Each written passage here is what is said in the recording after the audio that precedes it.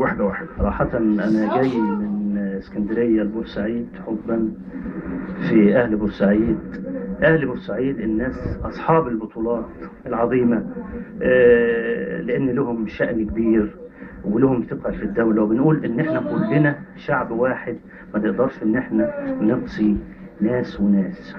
وطبعا اللحمة الوطنية مطلوبة في هذا الوقت من أجل تفعيل الروح في المجتمع، ومن أجل الحفاظ على مصر الأبية، مصر القوية.